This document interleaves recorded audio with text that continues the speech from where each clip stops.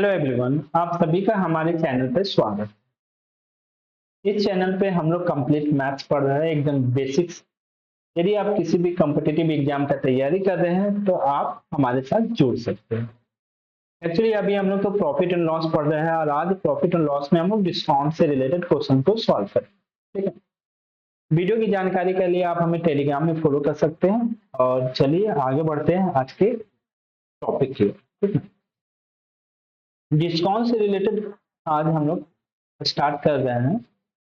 तो बेसिकली पहले डिस्काउंट क्या होता है, डिस्काउंट के बारे में हम लोग समझते हैं। जैसे हम लोग प्रॉफिट और लॉस के बारे में समझ गए हैं कि प्रॉफिट और लॉस हमेशा कॉस्ट प्राइस में होता है, तो वही डिस्काउंट क्या होता है, किसमें लगता है, कैसे मिलता है, ये सब हम लोग समझते हैं।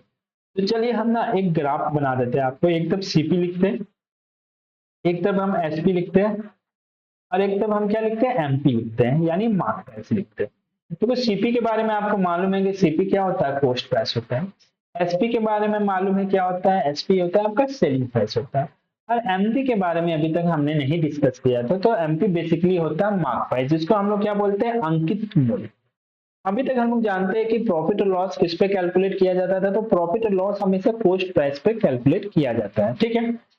और जो डिस्काउंट जो दिया जाता है ना, वो हमेशा मार्क प्राइस पे दिया जाता है। और मार्क प्राइस को हम लोग क्या चीज से इंडिकेट करते हैं, एमपी से। मार्क प्राइस को हिंदी में हम लोग क्या बोलते हैं, तो इसी को हम लोग हिंदी में बोलते हैं अंकित मूल्य। ठीक ना, अंकित मूल्य, इसी को हिंदी में बोलते हैं। ठीक है।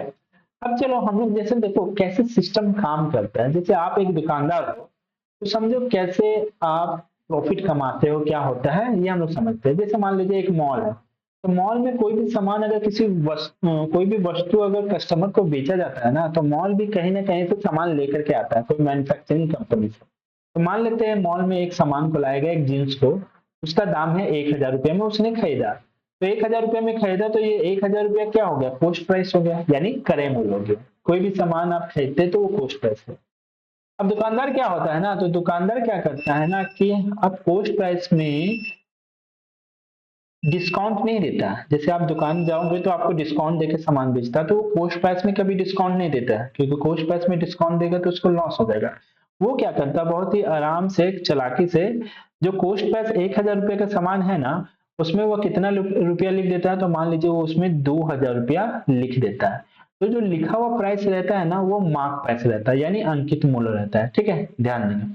जो आपको लिखा हुआ प्राइस है वो मार्क प्राइस है। तो उसने 1,000 रुपये के सामान में कितना रुपया लिख दिया, 2,000 रुपया लिख दिया। यानी कॉस्ट प्राइस में जो परसेंटेज इंक्रीज कर देते हैं, that is called, percentage increase करने के बाद वो क्या बन जाता है, वो आपका मार्क प्राइस बन जाता है।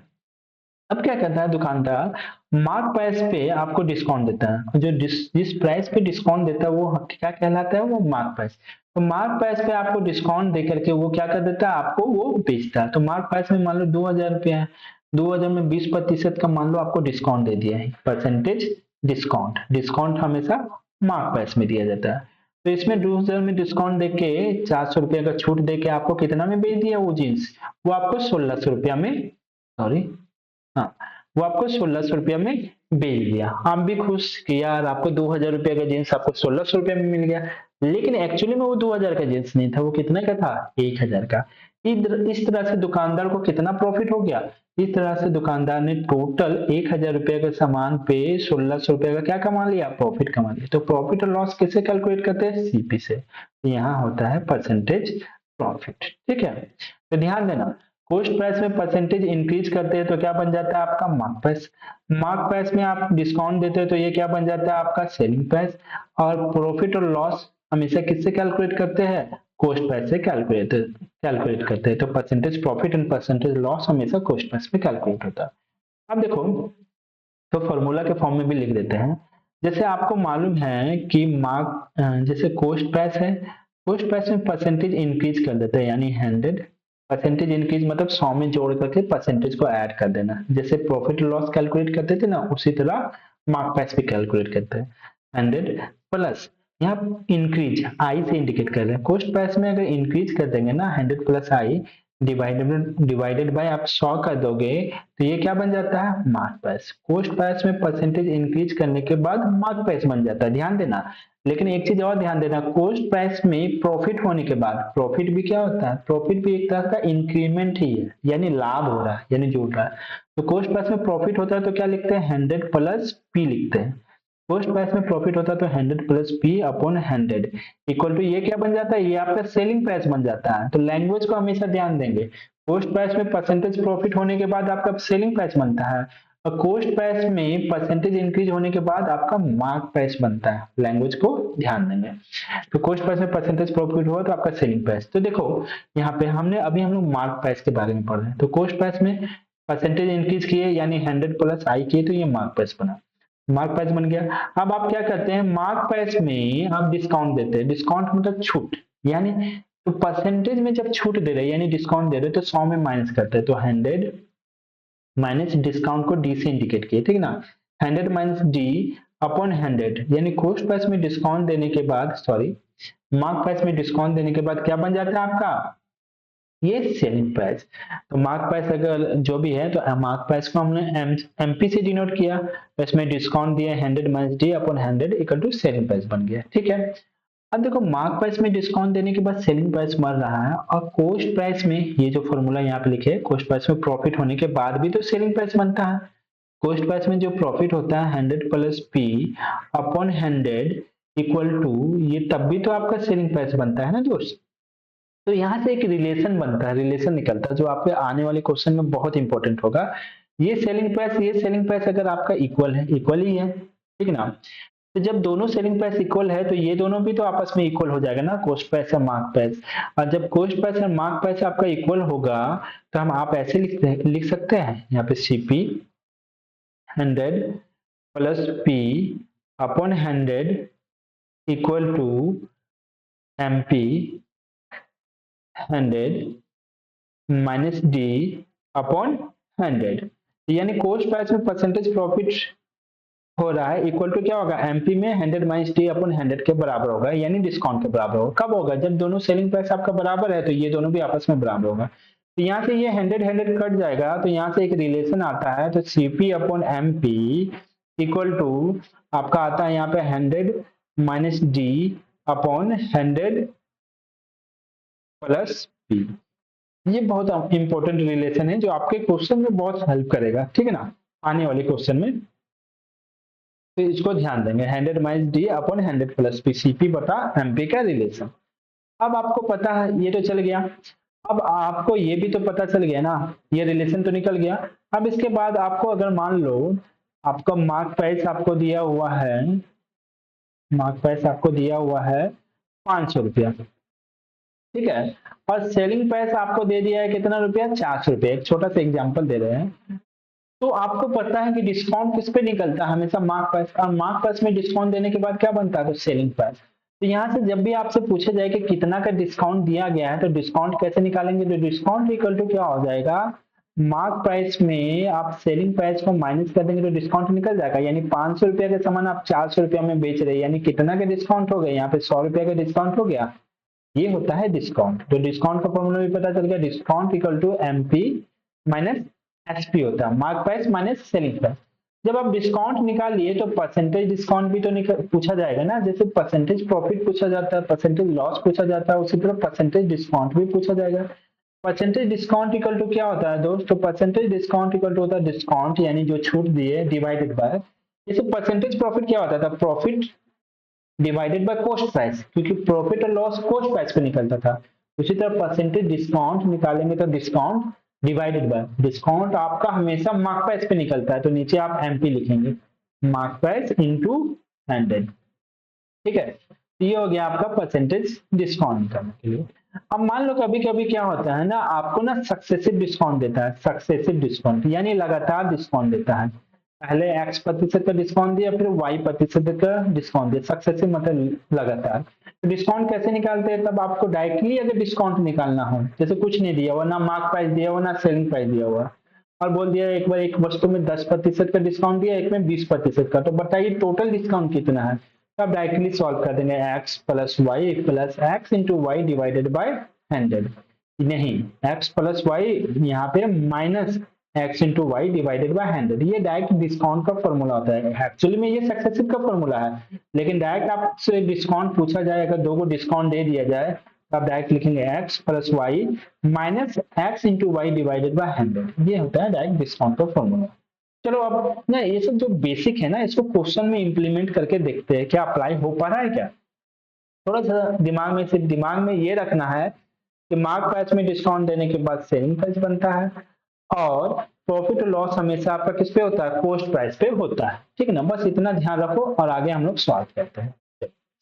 जैसे पहला क्वेश्चन क्या बोल रहा है, दो को सक्सेसिव डिस्काउंट दिया है, two successive discount of 40% and 30% are equal to single discount.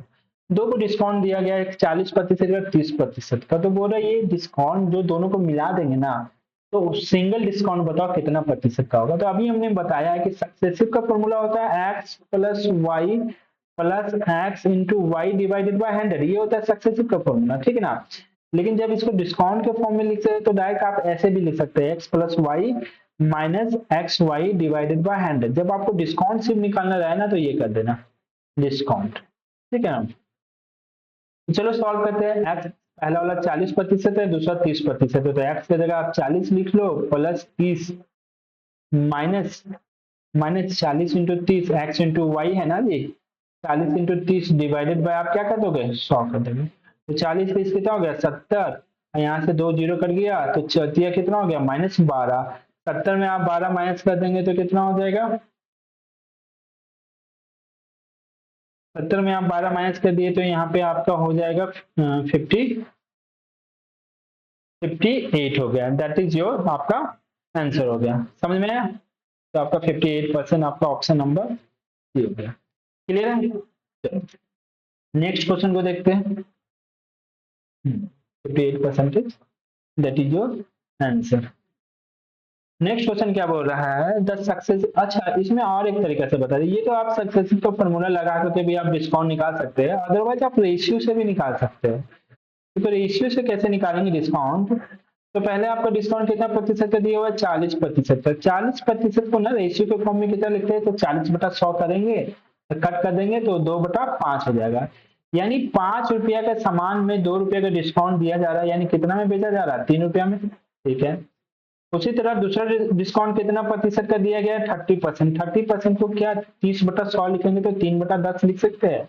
यानी 10 रुपया का सामान में 3 रुपया का छूट दिया जा रहा है, यानी कितना में बेचा जा रहा है 7 रुपये में। ठीक ना, समझ में आया, डिस्काउंट दिए। तो अब क्या कर देंगे ना, इन दोनों को मल्टीप्लाई करेंगे, 10 पचे 50 और 7 21।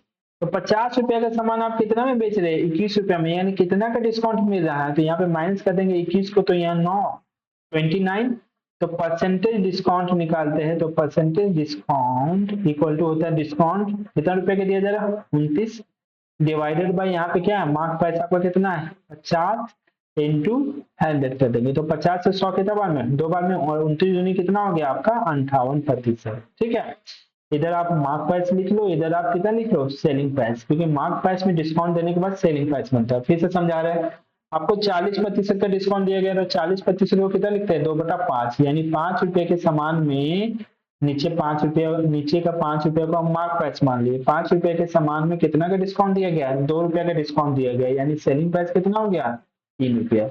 उसी तरह 30% है तो 30% को 3/10 लिख सकते हैं। ठीक है ना, यानी 10 रुपए के सामान में 3 रुपए का डिस्काउंट दिया गया, यानी कितना में बेचा गया 7 रुपये में। अब सीधा सीधा मल्टीप्लाई करेंगे, तो 5 को 10 से मल्टीप्लाई कर दिए 50, 3 को 7 से मल्टीप्लाई कर दिए 21। 50 रुपए का सामान 21 रुपये में बेच रहे हैं, हमने क्या बोला था ना मार्क प्राइस और सेलिंग प्राइस, इन दोनों के बीच का डिफरेंस ही तो डिस्काउंट कराता है। तो मार्क प्राइस में सेलिंग प्राइस माइनस कर दिए, तो ये क्या आ गया आपका डिस्काउंट आ गया। जब ये डिस्काउंट आ गया तो परसेंटेज डिस्काउंट इक्वल टू होता है डिस्काउंट, अभी बताए थे 29 डिवाइडेड बाय मार्क प्राइस 50 रुपये था इंटू 100। तो आप ऐसे भी निकाल सकते हैं परसेंटेज डिस्काउंट। ठीक है, चलो अगला क्वेश्चन देखते हैं। यहाँ पर भी बोल रहा है सक्सेसिव डिस्काउंट दिया हुआ 10% और 15% का, तो आपको सिंगल डिस्काउंट बताना है। तो आप सिंपली क्या कीजिए सक्सेसिव लगा दीजिए 10 प्लस 15 और माइनस 10 इंटू 15 डिवाइडेड बाय आप क्या कर सकते हैं 100 कर सकते हैं। ठीक है ना, 15 10 यहाँ पे कितना हो गया 25, और यहाँ पे इसको कट कर देंगे तो यहाँ हो जाएगा 1.5, 25 में 1.5 माइनस करेंगे तो 23.5 हो जाएगा। हाँ, 23.5%। आपका ऑप्शन नंबर क्या हो गया? डी हो गया। जब नॉर्मली दो को देना तो आप नॉर्मली यही डिस्काउंट का फॉर्मूला लगा देना, आप आराम से सॉल्व कर लोगे, ठीक है ना। अदरवाइज हम लोग तो रेशियो से भी बना सकते हैं ना, रेशियो से भी सॉल्व कर सकते हैं, लेकिन रेशियो को कब के लिए रखे हैं? जब दो से ज्यादा डिस्काउंट दे। जैसे इस क्वेश्चन में देखो, इस क्वेश्चन में तीन डिस्काउंट दिया और 10%, 20%, 50%। अब वो जो फॉर्मूला था ना वो दो के लिए अप्लीकेबल है, तीन के लिए भी फॉर्मूला होता है, लेकिन तीन के लिए आप ना बेस्ट होगा कि आप रेशियो में चले जाओ। जैसे 10% का डिस्काउंट दे रहा है तो 10% को कितना लिख सकते हैं दोस्त? तो 10% को 10/100 यानी 1/10 लिख सकते हैं। एक तरफ लिख दो मार्क प्राइस, एक तरफ क्या लिख दो? आप सेलिंग प्राइस लिख दो, ठीक है ना। अब मार्क प्राइस अगर आपका 10 रुपया है तो 10 रुपया में 1 रुपया का डिस्काउंट दे दे तो सेलिंग प्राइस कितना रुपया हो जाएगा? 9 रुपया। क्लियर। उसी तरह दूसरा डिस्काउंट कितना दिया है? 20%। 20% को कितना लिख सकते हैं? 20% को 1/5 लिख सकते हैं। 20/100 कट करेंगे तो 1/5 हो जाएगा। यानी 5 रुपया नीचे वालों को मार्क प्राइस मान लेते हैं। 5 रुपया मार्क प्राइस है तो मार्क में एक रुपया का डिस्काउंट दिया जा रहा है, यानी सेलिंग प्राइस कितना हो गया? 4 रुपये। तीसरा आपका डिस्काउंट है 50%। 50% को कितना लिख सकते हैं? 1/2, यानी 2 रुपये का यहाँ डिस्काउंट है तो 2 रुपया मार्क प्राइस है तो 2 में 1 का डिस्काउंट, यानी बचा कितना? यहाँ पे 1 बचा। अब बस सीधा सीधा मल्टीप्लाई कर दो। मल्टीप्लाई करने के पहले एक चीज और देख लो, कभी कभी क्या है ना, अपोजिट में कुछ कटता है ना, अपोजिट में मार्क प्राइस और सेलिंग प्राइस अपोजिट में ऊपर नीचे चलेगा, लेकिन अपोजिट में कुछ कटता है तो कट कर सकते हैं। जैसे यहाँ 2 से ये 4 आपका 2 बार में कट रहा है, ठीक है। फिर ये 2 से ये 10 आपका 5 बार में कट हो रहा है, तो 5 × 5 यहाँ पे कितना हो गया? 25। इधर कितना हो गया? 9। यानी 25 रुपया का सामान आप कितना में बेच रहे हैं? 9 रुपया में बेच रहे हैं, यानी कितना रुपया का डिस्काउंट दे रहे हैं? 16 रुपया का डिस्काउंट दे रहा है। तो बस यहाँ से आप 16 रुपया का डिस्काउंट निकल गया, तो परसेंटेज डिस्काउंट इक्वल टू क्या होता है? परसेंटेज डिस्काउंट इक्वल टू होता है डिस्काउंट जो कि 16 रुपया का दे रहे हैं, डिवाइडेड बाय आपका मार्क प्राइस। मार्क प्राइस कितना है दोस्त? आपका 25 इंटू कितना हो जाएगा? आपका 100। तो 25 से 100 कट कर दिया 4 बार में, और 16 चौके कितना हो गया? ये 64%। 16 चौके 64, यानी 64% का आप क्या कर रहे थे? डिस्काउंट दे रहे थे। क्लियर हुआ? तो दो के केस में आप बेसिकली आप नॉर्मल डिस्काउंट का फॉर्मूला जो कि सक्सेसिव से निकाला गया वो लगा सकते हैं, और तीन का केस आए तो आप रेशियो से भी अप्लाई कर सकते हैं। अदरवाइज उस फॉर्मूला से भी ये बन जाएगा, पहले दो का यूज करेंगे, फिर दोनों के बाद जो रिजल्टेंट आएगा उसको अगले वाले के साथ यूज कर लेंगे, ठीक है। जैसे मेरा कहने का मतलब है, पहले इन दोनों पे यूज करेंगे, डिस्काउंट निकालेंगे, तो इन दोनों पे यूज करेंगे तो 10 + 20 -10 × 20 डिवाइडेड बाय आप 100 कर दोगे, तो 20 10 क्या 30, यहाँ पे 0 0 कट हो गया, तो 30 में से 2 माइनस किए तो यहाँ पे कितना हो गया? 28 हो गया। चलो अब इन दोनों का यूज करके आपका डिस्काउंट 28 आ गया। अब 28 और 50 का यूज करेंगे, तो 28 + 50 माइनस 28 × 50 डिवाइडेड बाय आप 100 कर दो, तो 50 से ये 100 कर देगा 2 बार में, 2 से ये 28 कर दिया 14 बार में, तो 50 और 28 को जोड़ देंगे तो 8 8 5 2 7 78, 78 में आप 14 माइनस कर देंगे तो ये कितना हो जाएगा? 64% हो जाएगा। तो आप ऐसे भी सॉल्व कर सकते हैं, जो आपको बेस्ट लगे आप वो अप्लीकेबल अप्लाई कर सकते हैं, तो आपके लिए अप्लीकेबल होगा,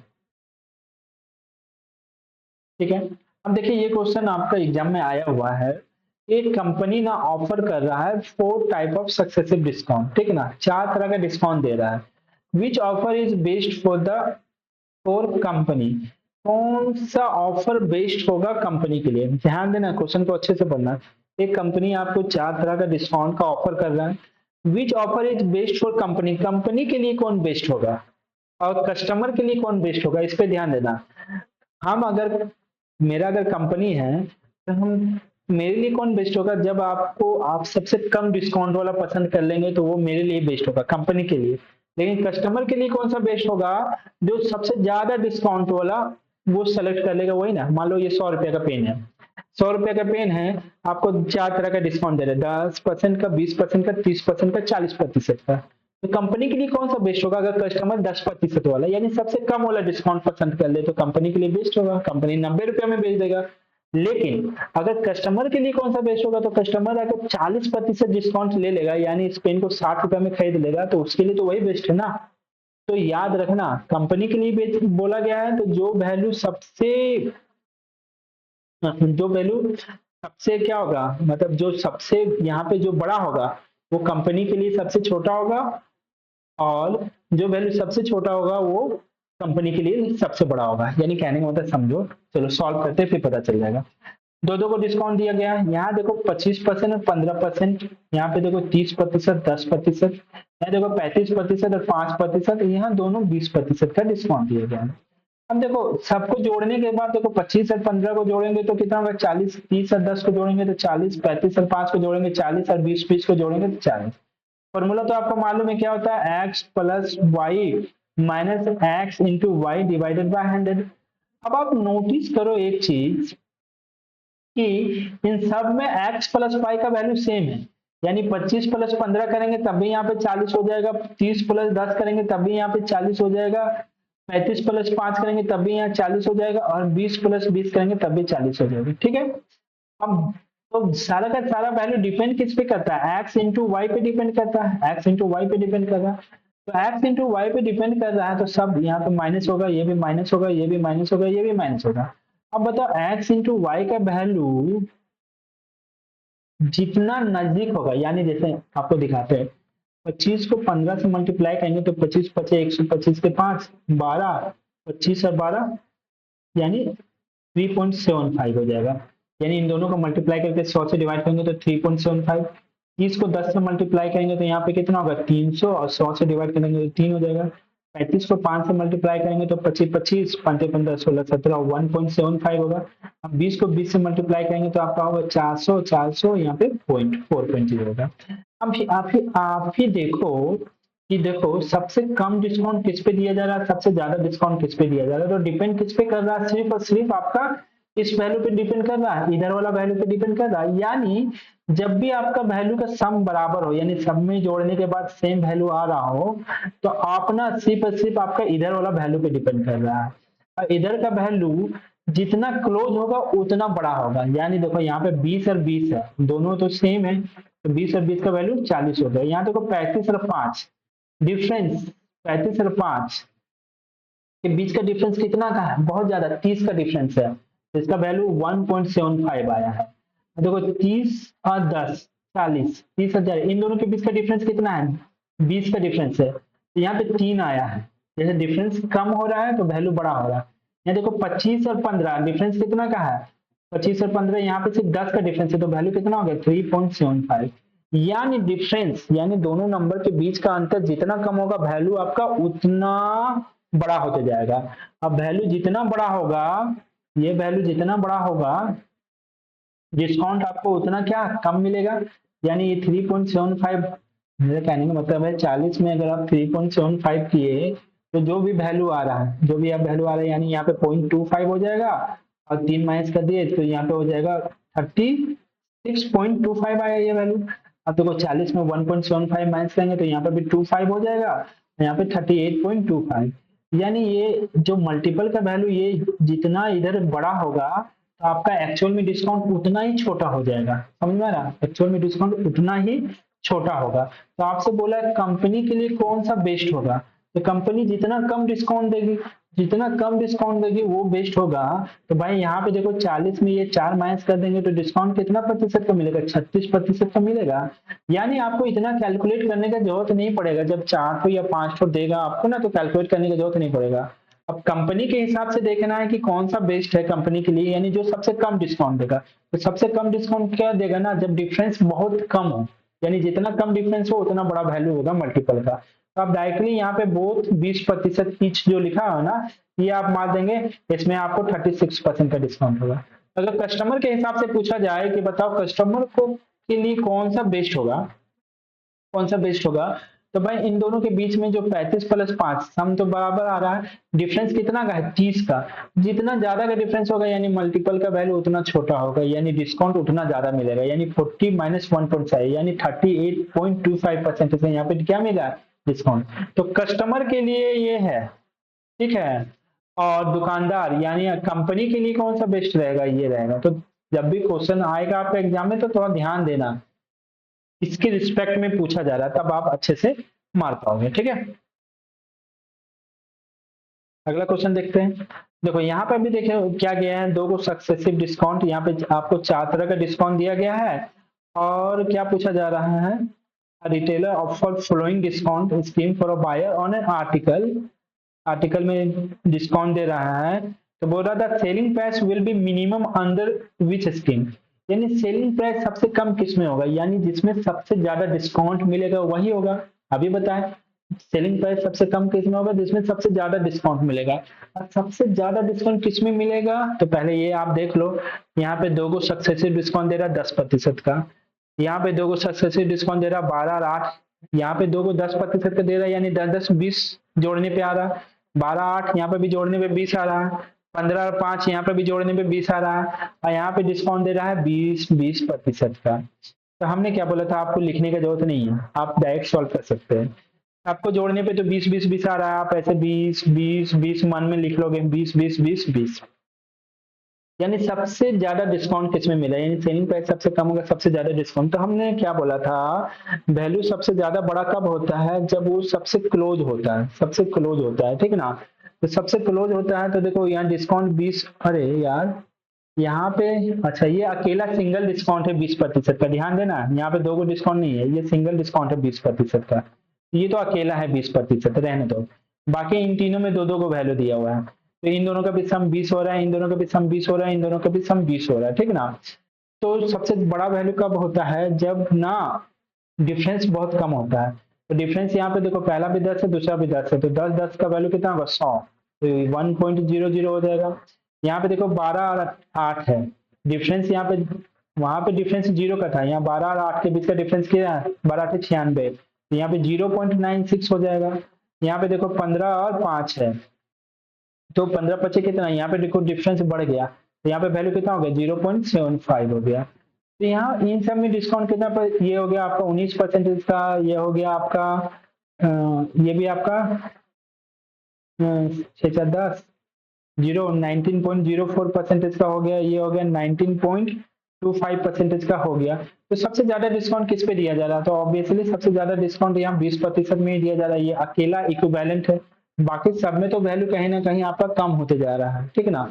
तो आप यहाँ पे क्या मानेंगे कि the selling price will be minimum, minimum selling price कब होगा, तो आपका जब 20% का जो डिस्काउंट दिया है उसमें आपका सेलिंग प्राइस आपका क्या हो जाएगा, मिनिमम होगा, यानी आपका डिस्काउंट नंबर मतलब ऑप्शन नंबर चौथा होगा। क्लियर है, समझ में आया।